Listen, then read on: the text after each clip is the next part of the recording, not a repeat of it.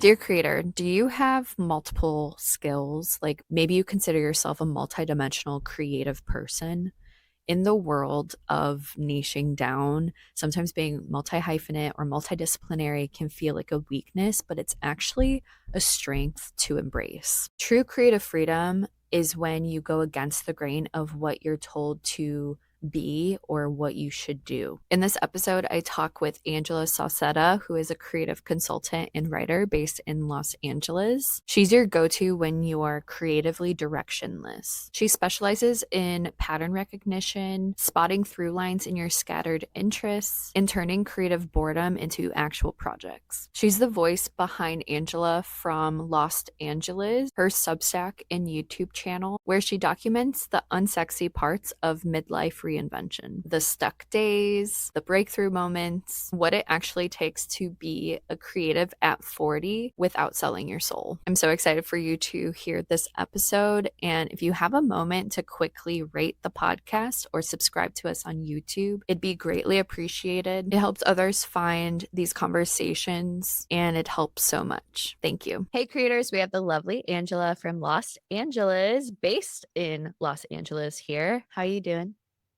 I'm doing good. Thank you for having me. Yes, of course. I've always been so curious, like, how did you come up with your brand name, like Los Angeles versus like being in Los Angeles? What's funny is that it's a name that I've been attached to and came up with probably 15 years ago during the Tumblr times. Mm-hmm. And I used to have a photography Tumblr called Lost Angeles. And I don't remember how I came up with it, but it's really just followed me throughout all of the pivots in life.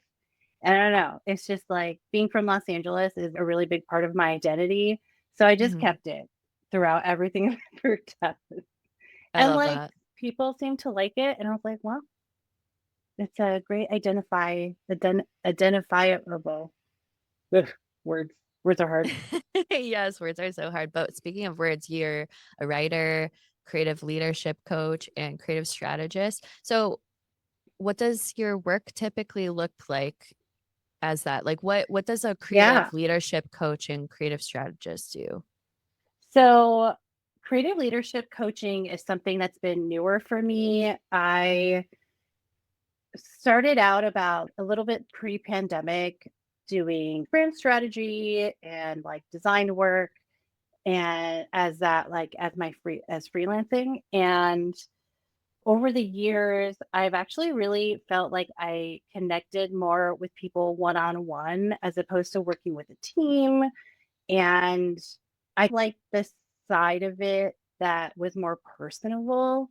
And it always felt like, especially if I was working with a sole business owner or just an entrepreneur, our conversations got like super, super deep where it was Mhm. almost like I felt like a coach instead of Yeah. like, hey, let's like figure out what your brand identity is going to look like. And so Mhm. over the years, that's just been something that like I've enjoyed more. And so I pivoted into doing more of that. So I have been working with women who are in either executive positions or leadership roles within a company, or they're their own boss.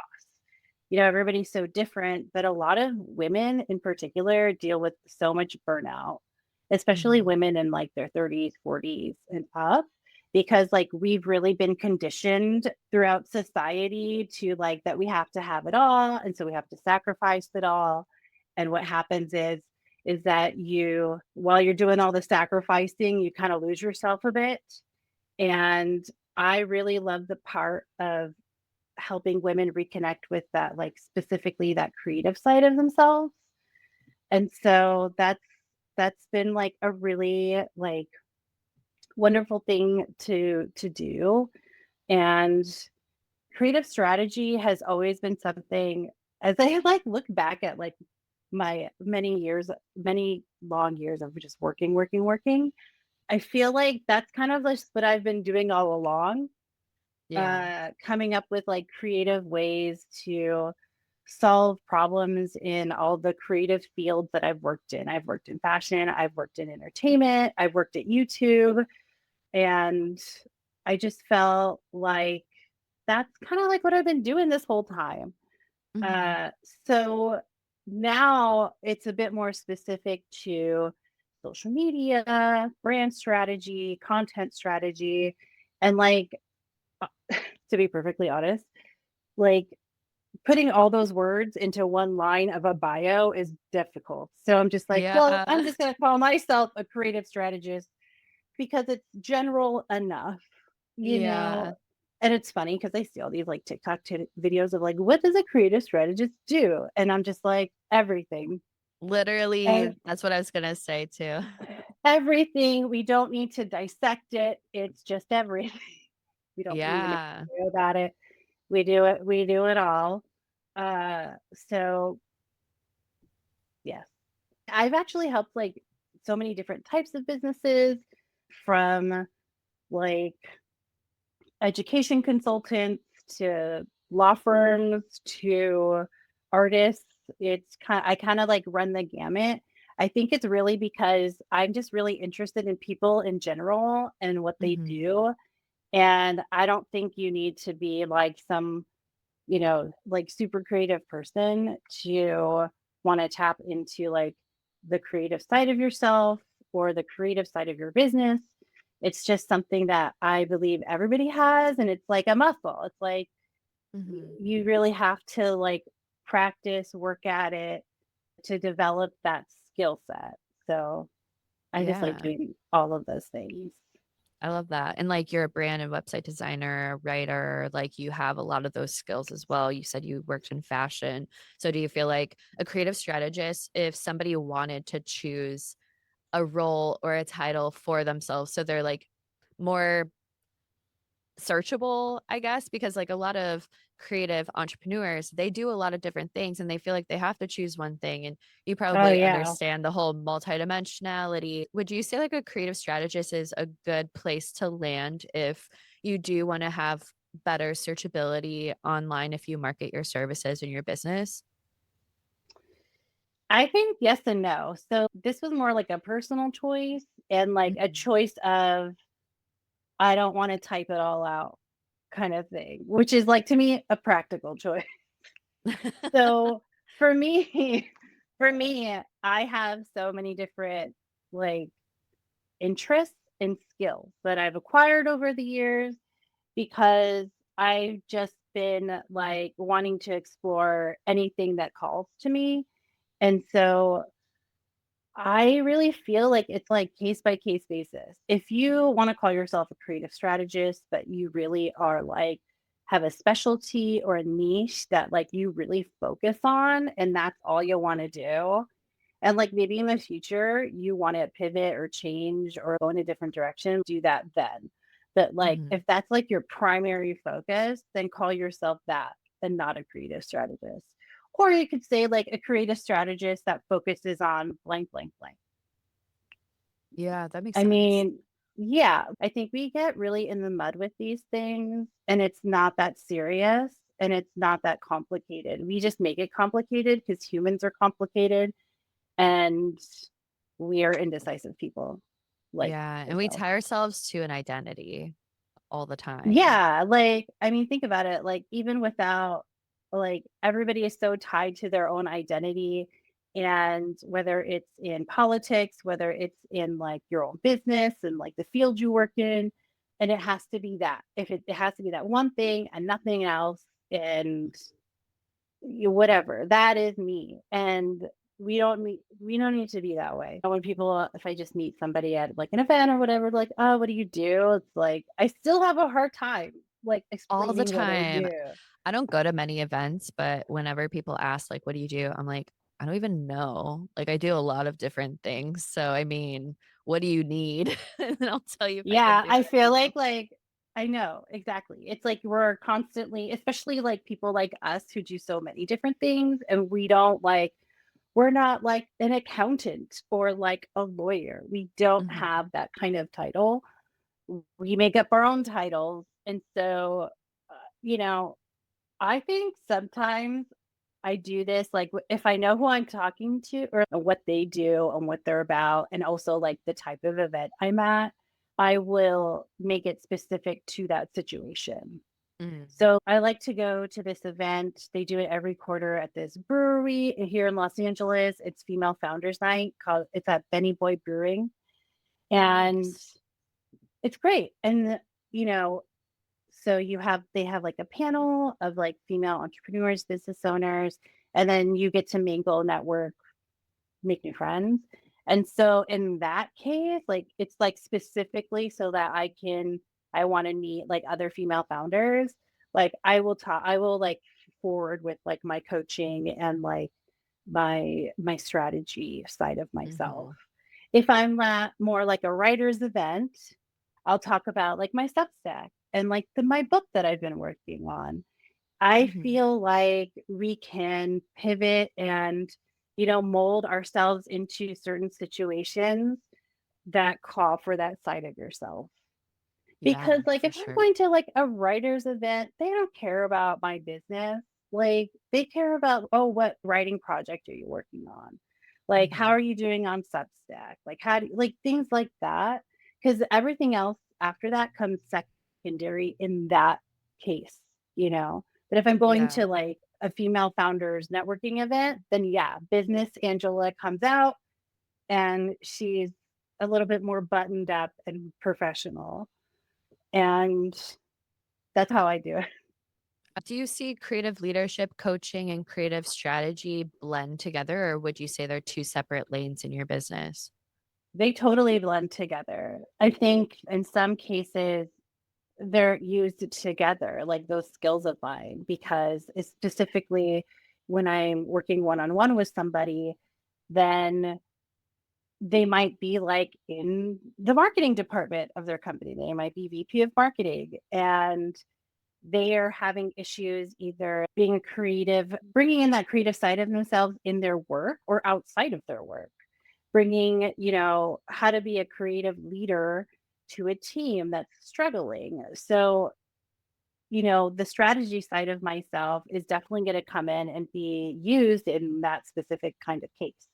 Mhm. So, yeah, it totally comes in all the time because strategy is like, it's such a blanket term and it can be used in a lot of different scenarios. There's strategy in like everything and how we do Yeah. everything.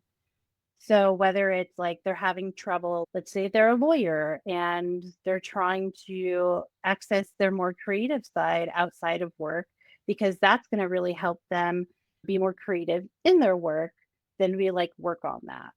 Mhm. So it's just, and that's like technically a strategy. So it's used in like almost every case because that's just kind of like how it is. Yeah. Yeah. Yeah. What do you think is like the most misunderstood thing about creative leadership? What does creative leadership mean? I think a couple things are misunderstood also based on, everything is so case by case basis. Mhm. So I think one thing that's can be misunderstood is that leaders that have climbed a like corporate ladder can't be creative or understand creative people. I think sometimes, and I've been that person where I've been on a creative team and I'm just like, why is leadership like they don't understand what we're doing? They're all about money and numbers and things like that. And then what you realize as you become an old person like myself is that like sometimes you need the money and the numbers so creative could do creative. Mhm. Sometimes like it is about the money and it doesn't mean that like that's the wrong way to do things, but like sometimes it is and we just have to be a little bit more creative and work around those things. And sometimes we think, oh, leadership doesn't care. And they actually do care. The most of them I've come across actually really do care. But like your boss has a boss, has a boss, has a boss. Yeah. So we're all just trying to like not, you know, hate our jobs as much as Mhm. possible and do what we're supposed to do so that as many people as possible can succeed. And so I think that is like a big misunderstanding is that leadership people in leadership teams don't care. And they do, most of them. Some of them don't, Most of but most them. of them most of them care. Some of them don't, and they should get And out of the creative conversation in general if they don't yeah. care. Go to Yeah, lunch. if they go to lunch, go to a 2-hour lunch, Yeah. A misunderstood thing about, like, strategy and creative strategy is that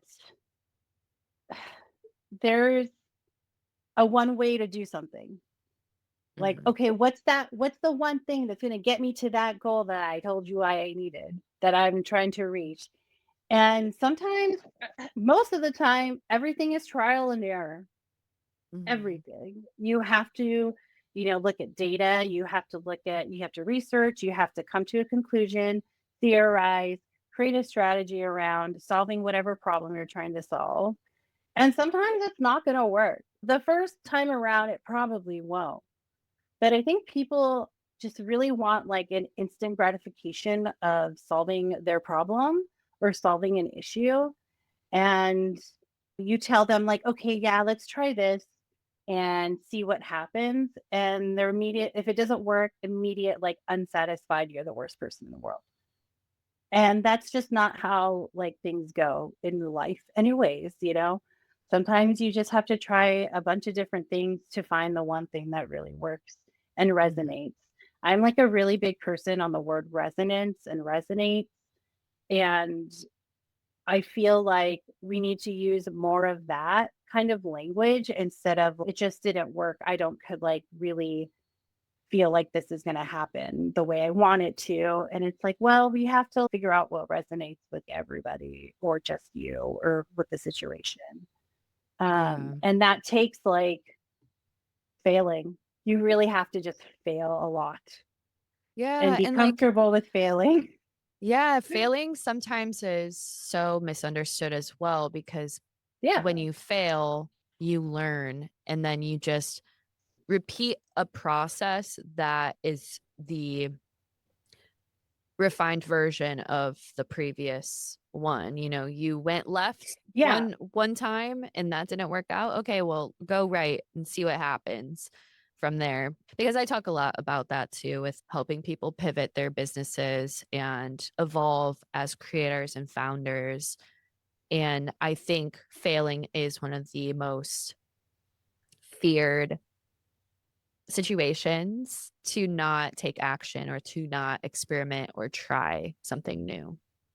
Yeah, because fear means that we're not good enough. Fear means that we didn't try hard enough. Fear means that we didn't meet everybody's expectations. Mhm. That's what fear is. But, you know, we have to keep taking all those leaps and we have to keep failing to get Yeah. to the thing that is going to like help us, that's going to solve our problem, that's going to make us feel better. When I was younger, I really when something didn't work out, like I would just hide in my little cocoon and be Mhm. sad about it and just be like, "I'm terrible." And now I'm just like, "All right, like what didn't work? What are our learnings? What did we gain from this? Okay, how do we move forward?" I don't Mhm. even care that much about failing because I know I'm going to. I know this might not work. If it Mhm. works, wonderful. If it doesn't, okay, what do we do next?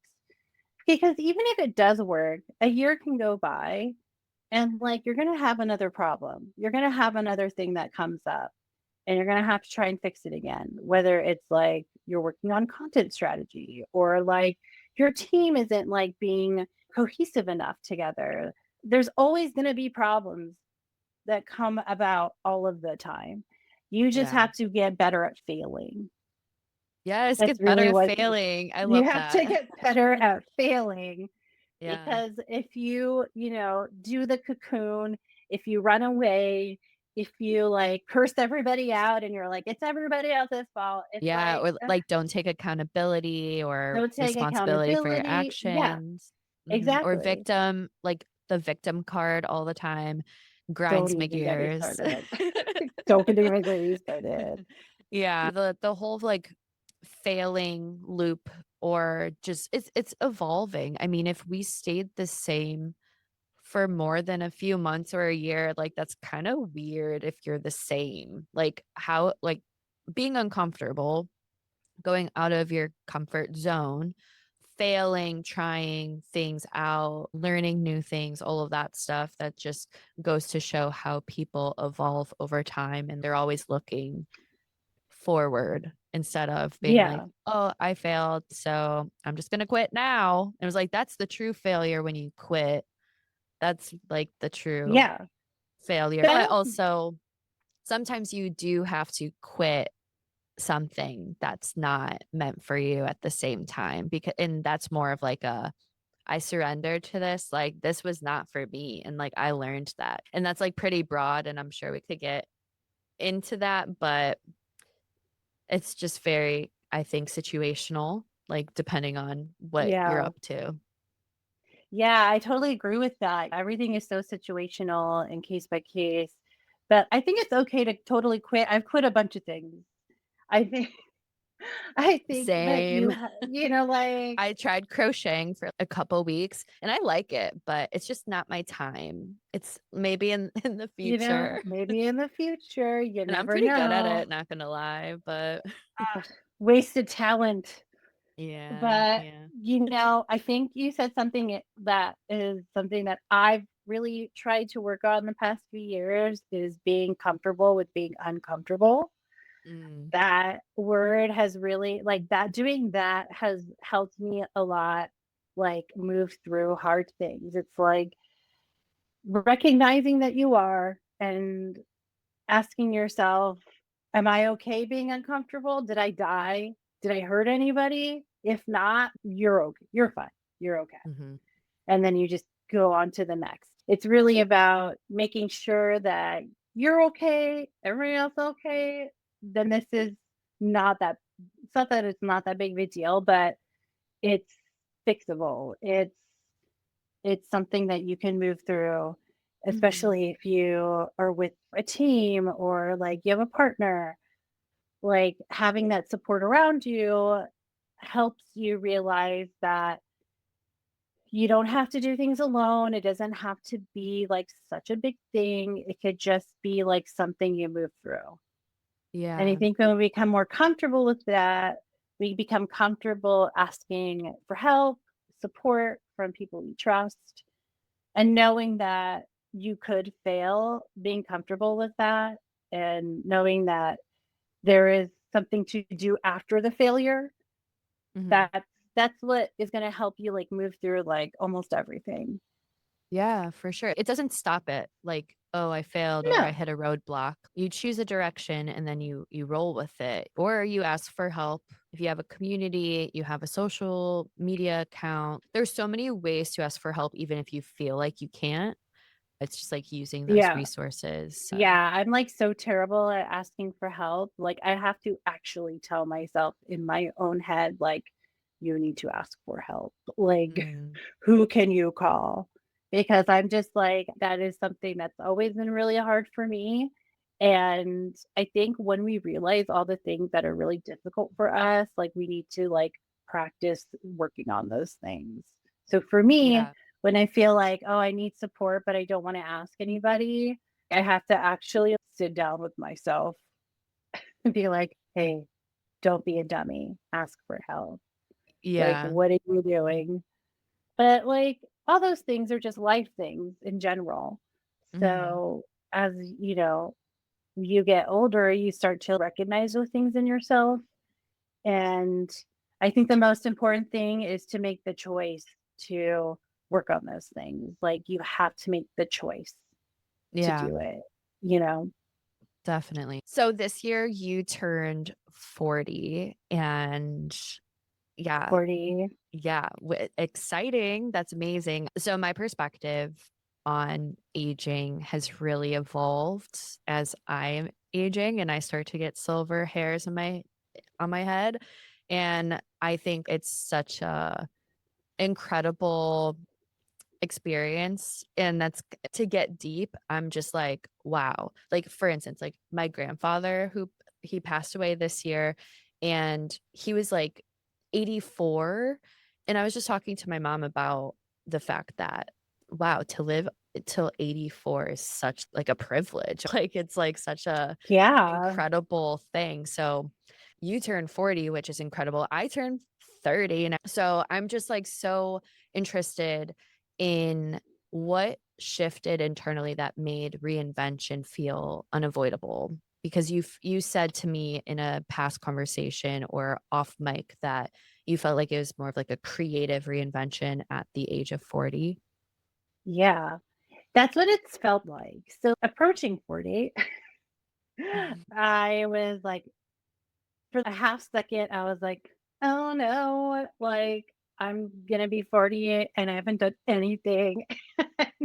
That Oh was just no, like, you've done so much in your life though. well, yeah, I have, but for like a second, I was just like, I have nothing, I've done nothing. And then I was like, girl, what are you talking about? Like, no. Yeah. Um, but I, have been thinking about a lot of like the past 20 years of like my career. I started working really young. Mhm. Um, even like I I grew up in my mom's business. She had her own business and I learned how to pick up the phone and be like, "Good afternoon," as like a 12-year-old. "Good afternoon. Thank you for calling. Wow. How am I Oh doing?" my gosh, Like, 12 too. I mean, yeah, because 12-year-olds like these days are like 16-year-olds, but you have a single mom and she has her own business.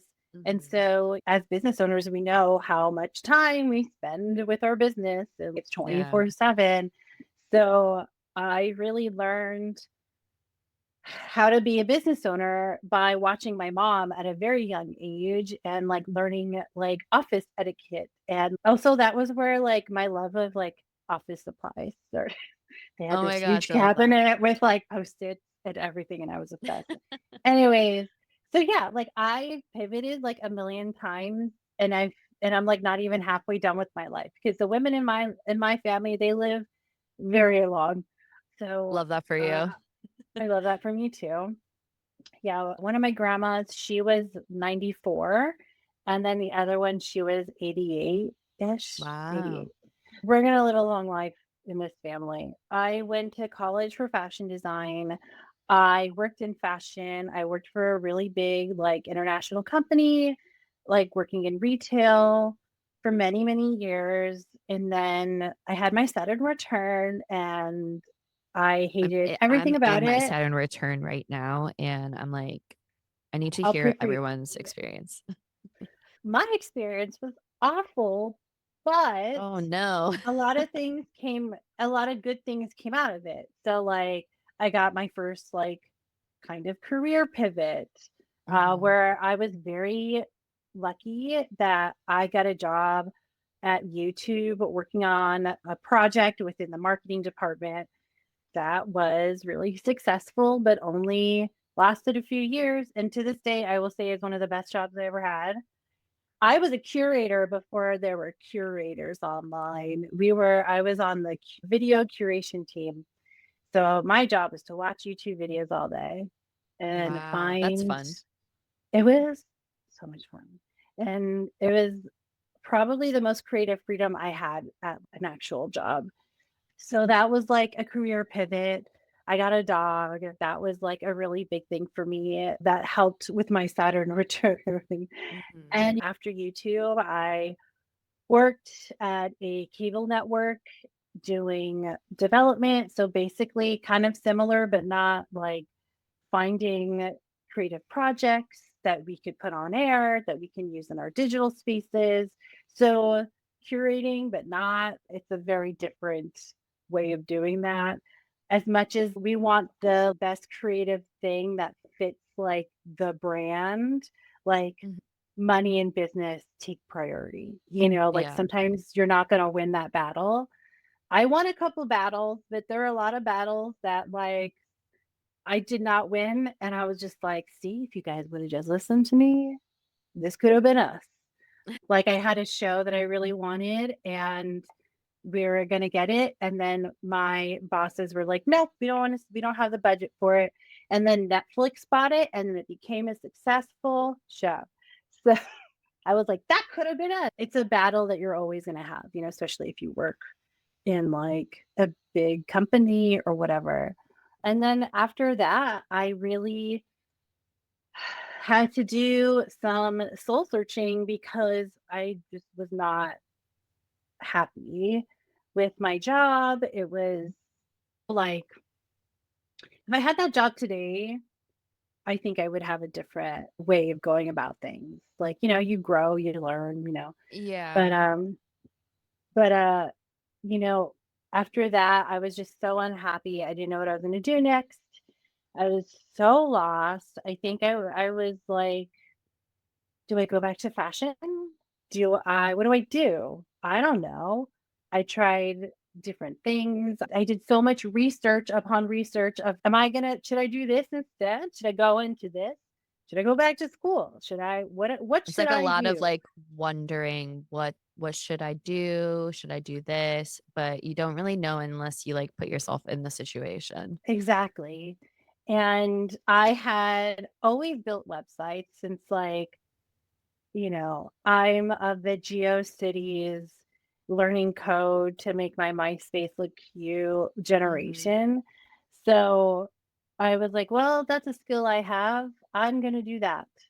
And so, designing really turned into, oh, like I actually really think I like doing brand strategy more and doing content strategy because that was a skill I really picked up when I worked at YouTube. And that job really taught me a lot about curation and finding and looking at data and analytics and making creative decisions based off those things.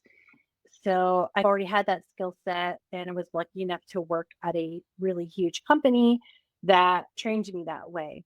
Yeah. And so I took all of that into doing more brand strategy and helping mostly like entrepreneurs and small business owners. And that turned into all of the other miscellaneous things that I love to do. I really struggled, and I still struggle with this, calling myself a coach. I Mm. struggle with it because I think has become, the coaching field in general has become oversaturated with people that shouldn't be coaches. Hmm. That, I guess I'll just be pretty blunt, that are charlatans. And the damn thing keeps falling out. The That AirPods. the AirPod is like, yes, tell her. That take advantage of people and are just regurgitating the same shit every day. Can I curse on Yeah, this? I'm going of to. course. You could say Like they just, every curse word. yes, yes. But yeah, like most of them, in my opinion, and that I've seen and experienced, just want you hire them, and it's just something you could find on Google, that you can find deep diving ChatGPT. in ChatGPT, ChatGPT is my or coach, like, by the way. we It need to tells get me you we everything. need to get you a real coach. I know, But but ChatGPT tells me everything I need to hear. It validates everything that I say, which is definitely like that's the not the way to do problem. it. That's not the way to do it. It's just regurgitated shit from other things all of Yeah, the it's just a time. pile of nonsense. It really is. And there are really amazing coaches out there that unfortunately, because of all that, that sentiment is kind of pushed onto them. And I think that's unfair and that sucks. And there's some really great coaches out there that specialize in different things. Mhm. And so because I've had that opinion for so long and experience for so long, I really struggle with calling myself a coach. And to this day, I'm still just like, yeah, You I'm a get coach. the ick. I get the Yeah. ick.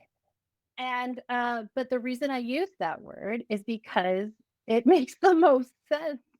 It's the most Yeah. self-explanatory. And it's just like everybody, it's really like a marketing decision and not like a personal decision. Mhm. Um, And you help so like how you help people is like helping them Yeah. find their own answers versus like telling them exactly Yeah. what to do or whatever. No, there's so much like I really focus on intake. That's what we call it in the biz intake, Mhm. asking a million questions about every aspect of their life and talking through all of their challenges. And it's really just a lot of getting to know that person on a really deep personal level. Yeah.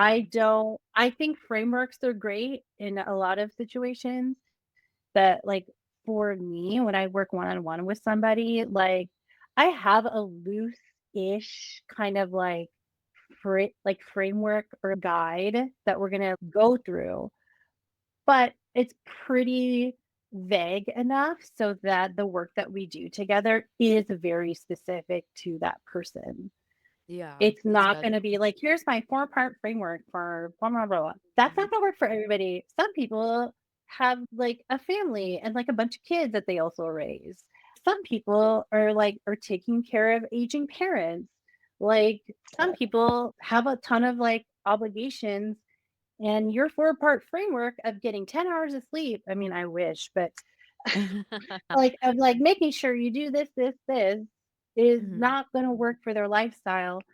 So, you know, that's just something that I struggle with when it comes to the coaching world, Yeah. because people are so different. They're not all gonna fit into your framework. And what happens is that bothers me a lot is that if that person doesn't fit into their framework, then it's the person's fault. Mm. Well, they didn't Ooh, do the things that's I told them. spicy. Yeah. Then it's like, "Oh, well, they didn't do it the way I told them to do it, or they didn't follow my framework to a T." And it's Yeah. like, "Well, no, it's your framework and it's you. It's not the person. People hire us for a reason, and they deserve care, and they deserve your attention to what they're going through and what they need help with." And that's why the word coach or coach being a coach is, like, so cringe to me. But Yeah. I had to get over it, right? Like, sometimes you just gotta get over the cringe and the ick because Mhm. business or marketing wise, this makes sense, you know? Yeah. I'm assuming that, like, when you turned 40, it kind of helped get out of the whole, like, cycle of, Yeah, you know, not doing something because of an ick. Like, you're kinda just, like, paving your own path and, like, making coaching a better experience in a sense, like, from your own perspective for people then or, like, at least, like, just you talking about it is bringing up awareness that there might be some shady coaches. There's amazing coaches out there, and there's yeah, people who call themselves coaches that probably aren't even coaches, and maybe that's not their fault, but it's just, like, they don't the know, way it like, is. how else Yeah, to market themselves and whatnot, but, yeah, I used to get the ick on coaches or, like, even coaches coaching coaches, but I've just seen so many great transformations with people mhm, who are coaches or consultants or mentors that get coached, and it's like, somebody's gotta hear all of these thoughts and questions and all of like, it just makes sense because, like, a coach in a sports team, you have somebody, like, pushing you and, like, mhm, pumping you up to achieve goals and things that you want to do, like win a game or whatever. It's kind of the same thing with business. It's like you have a launch goal. Okay, get a like if you have a coach, like that coach should be pushing you to reach that launch goal. And it might be different per like industry or whatever, like whatever coach you have. Maybe some people need like more of a somatic coach because launching is such like a dysregulating nervous system yeah, experience for them, so they need a somatic coach to help them. It gets very nuanced and context is so important with yeah, these things, but y yeah, and, like, turning 40, like, one of the really big things that I've really noticed about myself is that, like, I really don't give a fuck anymore about what hell people think yes. of me. I Mhm. don't care. That is a you problem, not a me problem. Yeah. I got enough problems and you're not gonna be one of them kind of thing. And I I think that's like the best part of getting older is just like the insecurities are starting to fade. You're starting to recognize your fears more and attack them in a different kind of way. When you're younger, it's just there's so many people in your ear. There's so many like expectations that you think that you have to take on. But as you get older, you kind of realize like, who are you? Like to Yeah. tell me Yeah. this? Like what like who are you? Like why are we criticizing me for doing something? And we really are living in this like weird cancel culture era. And Mhm. my big like rant of the day is that people are going to cancel so many people that you're going to cancel yourselves out. Like it's just out of control. Like Mhm. worry about yourself, do what you need to do, and who cares what other people think of you? People are going to talk about you anyways. I have people talk about me all the time. Do I think about them? Once in a while. But, Mhm. like, doing that really bother me like it used to, where, like, I would be so devastated? No, like, I'm not gonna have a crash out because someone doesn't like the way I talk or gets a weird vibe from me. I don't care. And how do you think you got to that point? Like, just experience, or you've noticed that there are Experience. more important things to do in your life than to worry about Kind other of people? both. Yeah. Kind of both. As you enter your 30s, my Yay. 30s were really about you're gonna have a great time. My 30s for me were really about, like, oh, what kind of relationships am I trying to have? It was really about relationships and letting go of certain people in your life that you are not serving each other. It's not even just about like me. Like you're not serving me anymore. I can't be friends with you. It's like I don't think we're good for each other. I think we should go our separate ways. And that's not to say the other person's terrible. We've had our time in life together and it's time to move on. Yeah, for sure. And that's what, like, my 30s felt like, was, like, reevaluating friendships, reevaluating relationships in general that and also, like, building out new ones that I felt were beneficial for both people. Like, I loved helping that person or being their friend and vice versa. What do I you feel think your like, 20s was like then compared to your 30s? uh 30s are relationship based. What was like your 20s transformation? I was, like, so insecure in my 20s that I never stuck up for myself, that I never asked for what I really wanted. I was so afraid of what people thought of me and how people reacted to me and what people just like their opinions of me so much that I hid myself so much.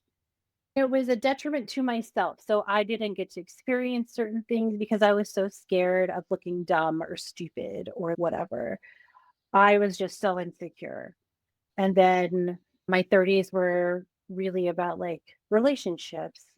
My 40s are about, I hope at least, are about like exploration of like my creative side even more.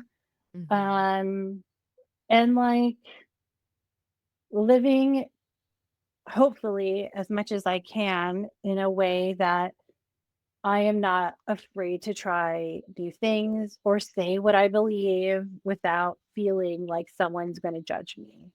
Mhm. And also just like having a fun ass time. Like I'm Yes. tired. I want to sleep. I want to have fun. I Mhm. want to like do the things that like light me up and make me feel good about myself. And practice moving away from things and people that just do not make me feel good, Yeah. you Yeah, know? retweet honestly because Retweet. retweet because yeah, I mean like I think your 20s is very relatable. I feel like I've kind of trickled in the relationship aspect in my later 20s. I don't know about you, but some relationships faded just naturally, and like you said, like, there's no bad blood, it's just there's nothing there, and there's no need to reach out or anything, and I wish everybody the best that I don't get to talk to as much or we're not as close anymore, but if I saw them at, like, a store or something, I'd be like, "Hey, like, what's up?" You know?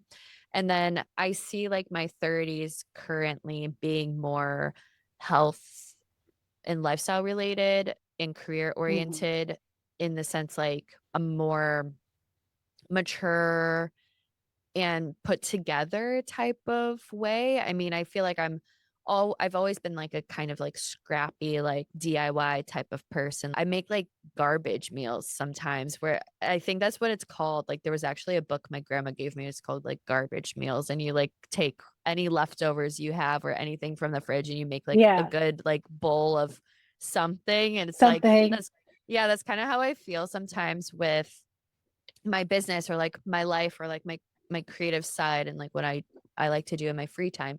But in this sense, like my 30s, I see myself understanding who I am more and then also just wanting to be in like a really healthy spot, not necessarily aesthetic looks in any way. It's just feel good and feel healthy and strong and like be healthy and conscious all over, physically, mindfully, spiritually, all of that stuff.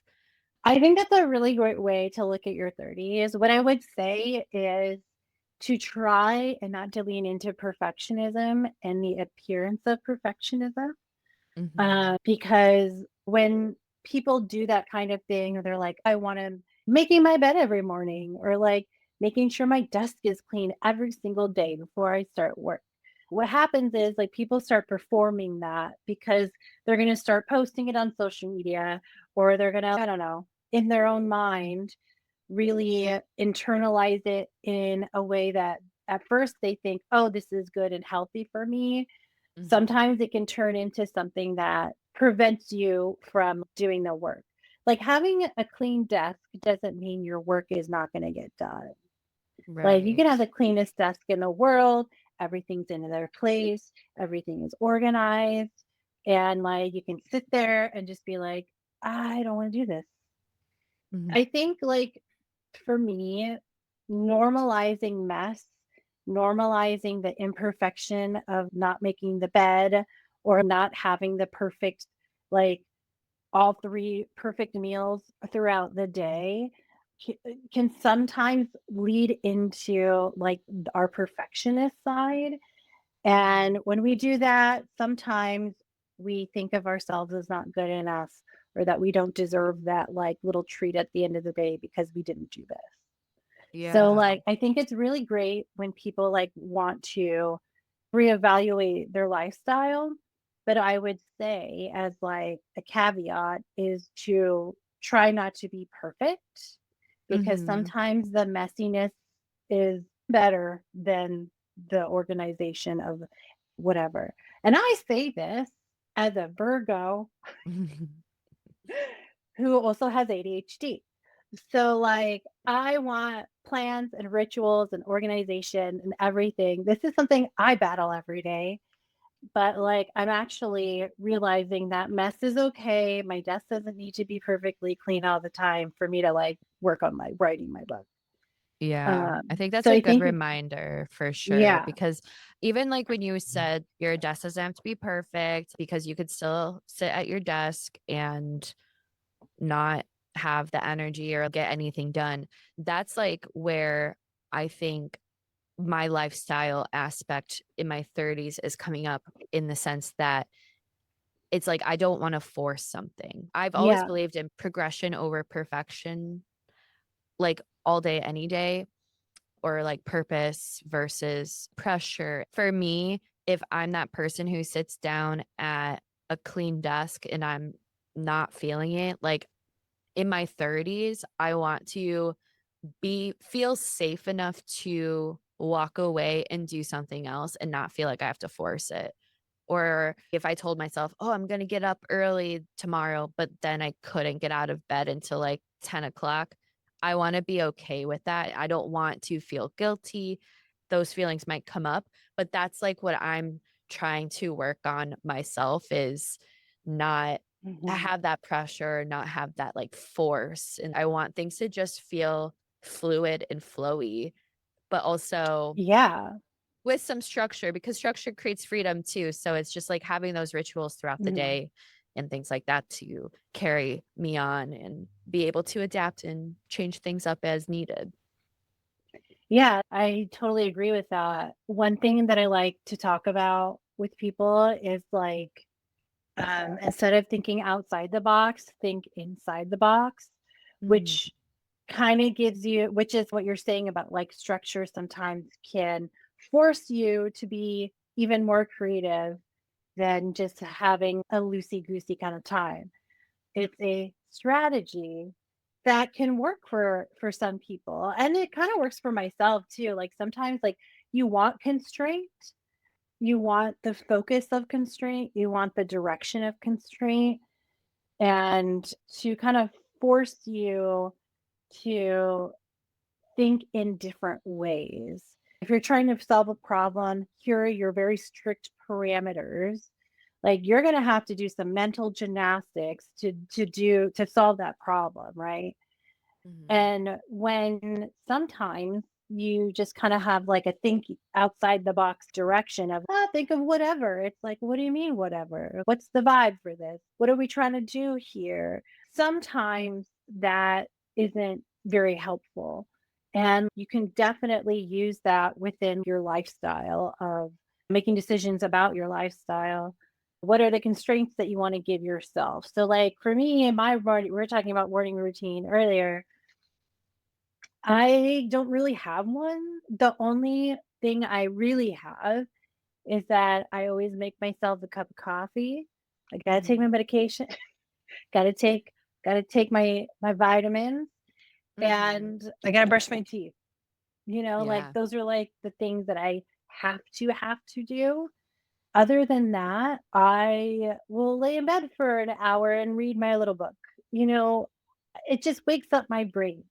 My Yeah. brain doesn't work in like, I think it's weird where people and like it's not weird for them, obviously. But I think it's weird and would make me feel weird when like, how do people just get up and go? I never understood that. I was like, how do you just get up and go? I don't get that. I gotta get up and just wrap myself up in my little blankie and just Mhm. like slowly wake up my brain because I will literally have like a heart attack if I just like spring out of bed, get in the shower, have a full breakfast done with all within a half hour. Like, how do you do that? Ew, I morning got showers are gross. I can't. I can't. I can't. I took a shower this morning. I mean, good for you, but I could never. Unless Are you unless a shower person? whoa, yes, first of all, yes, I am more of a night shower person because I like to get in my bed clean, warm, and cozy. But in the summer, if I take walks and stuff outside, like I have to take a shower afterwards if I'm sweating. Yeah, Like I cannot do anything else. It's a sensory thing. Totally is. it makes no But sense. yeah, I don't like waking up early and taking a shower, like, willingly. If I have to get up early, I might jump in the shower to wake up, but that's the only thing. But, yeah, to go back to what you were saying about getting up, go, go, go, I feel my body literally, like, have a reaction when I do that. It's, like, in my chest. I'm a restless person a lot of the Mm, times, and so, let's say our dog wakes us up in the middle of the night and because she has to go to the bathroom or something, like, a total out of nowhere situation, doesn't usually happen. But I will literally, like, from my coffin, literally, like, get up right away. I'm like, like, breathe really heavy. I'm like, "I gotta get this girl outside," and I'm, like, so quick. It's like I just popped open, like, my eyes open, I'm wide awake.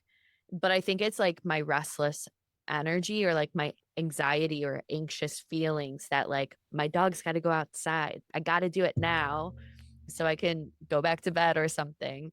but I feel it in my body. It's like a reaction. So I think I met you when you were doing brand and website design. Are you still doing Mhm. that? Like kind of like behind Yeah, the I scenes? yeah, I still do that behind the scenes. I It turned into a smaller kind of like agency, Hmm. and I'm way more selective on who I work with and Hmm. what we do. The creative leadership coaching is something that I'm really has started to build more out this year and want to grow more the agency side. And maybe eventually I'll stop doing that kind of stuff. But for right now, yeah, I still definitely do like brand strategy, and sometimes I'll do web design.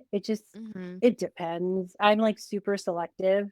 Yeah. And then yeah, content strategy, and something that we added this year was community management. Oh, wow. And for Substack, I love Substack. I think it is a platform that is like the getaway from all the other platforms. Hmm. It's where I go when I don't want an algorithm to feed me stuff Hmm. and I Yeah. want to read original thoughts and work. And Yeah. Are you ever uh on the social feed of Substack, yeah, or do you I just read am. who you are subscribed to? I do both. I do Yeah. both. I'm trying to do more of it because I would really would love to build out my Substack, my personal Substack even more. Mhm. And I actually haven't told you this. I'm actually starting another Substack with a friend of mine that we've been working on the past few months that will launch in January.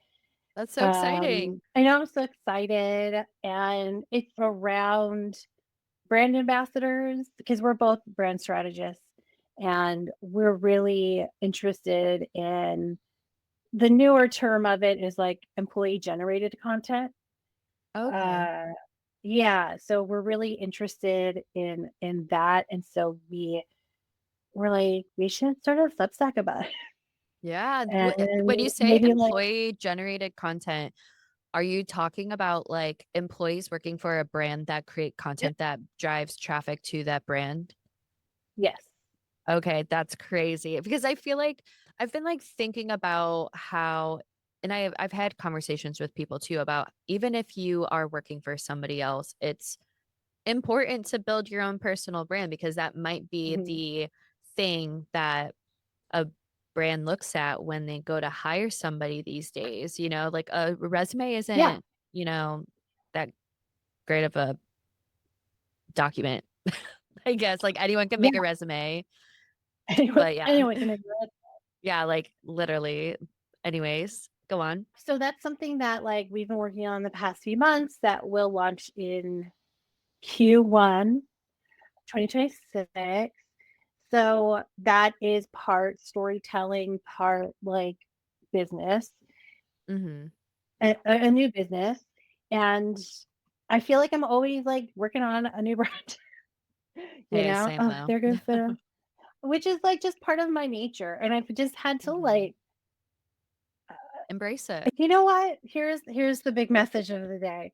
It's okay to have a million projects at once and wanting to do different things all of the time.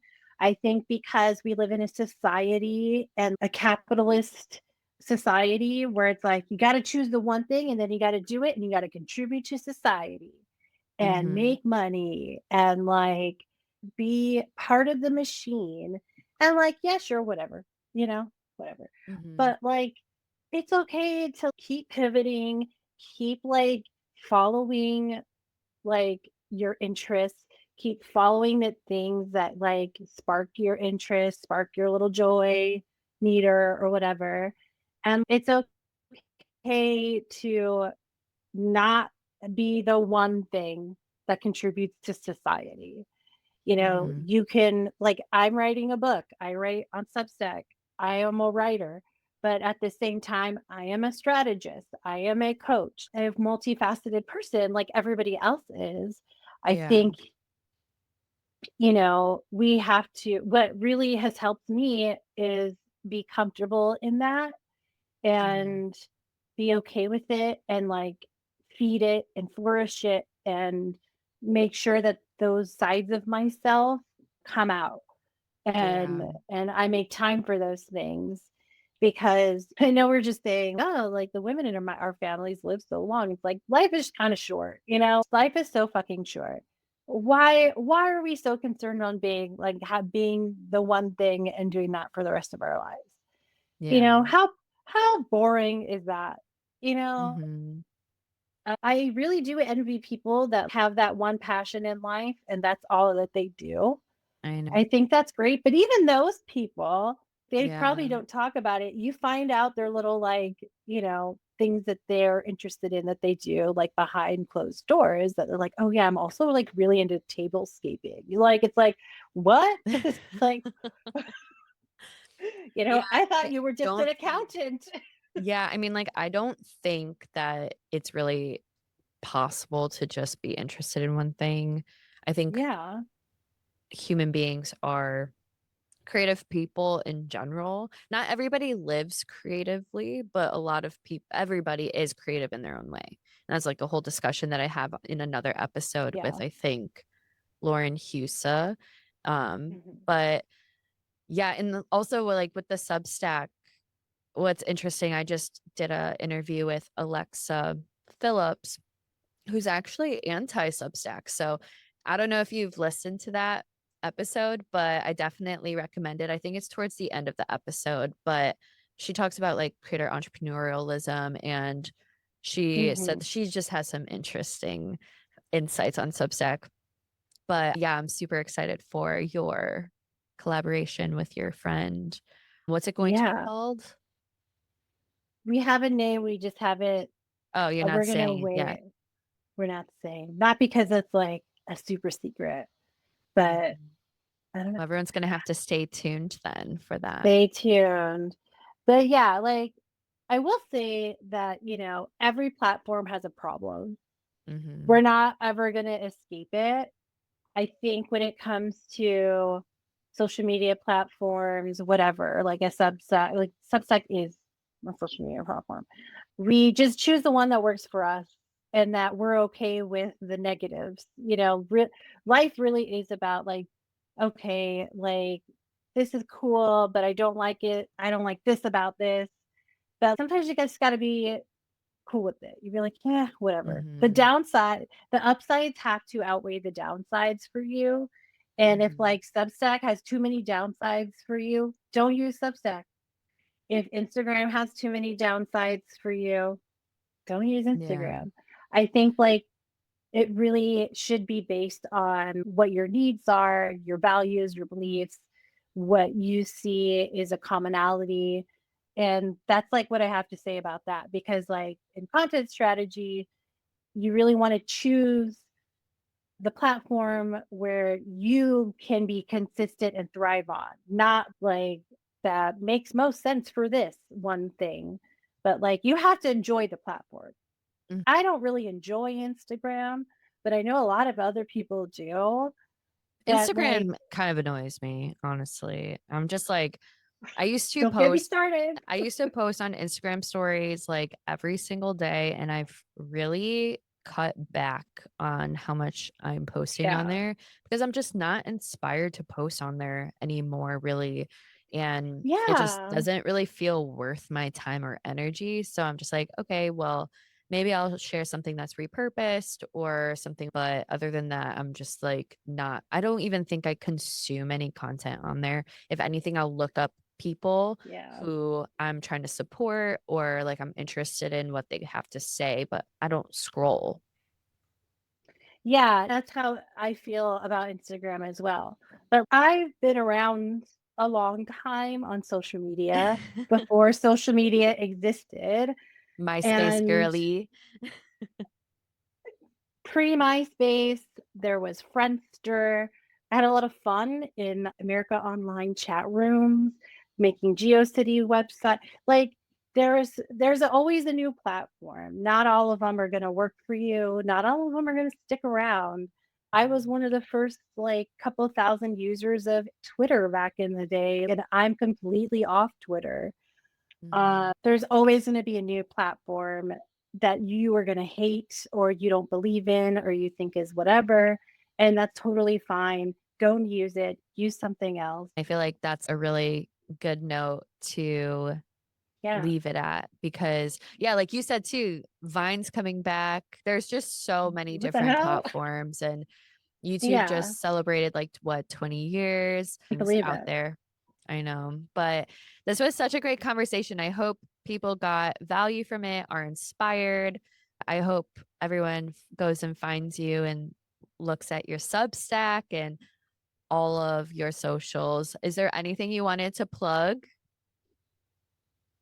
My Substack?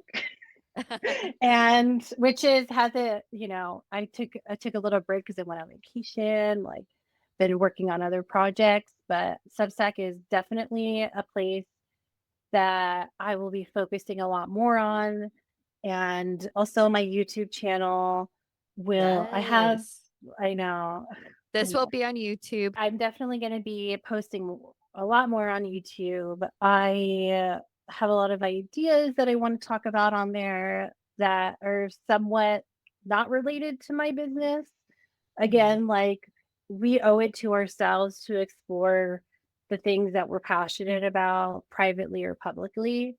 YouTube is a place that, like, I wanna start doing more of that and on Substack.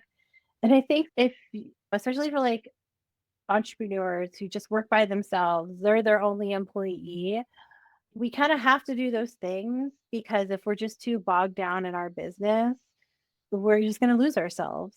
Mhm. And there is a way to follow those like passions that you have outside of your business that can lead into your business too. Yeah.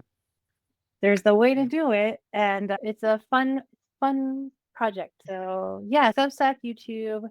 I don't really post Instagram a lot. Once in a while on TikTok, but it's funny because as like people that work in this space, I have a much easier time helping others with their content and their branding and their all that stuff. And then for yourself, it's harder because I'm focusing on other people mostly and Yeah. not myself. Mhm. Uh, but I definitely want to do more of that for myself. Yeah. Amazing. Yeah, I will link everything in the show notes and the description. Definitely go follow Angela. And yeah, thank you so much for being on Dear Creator. Thank you.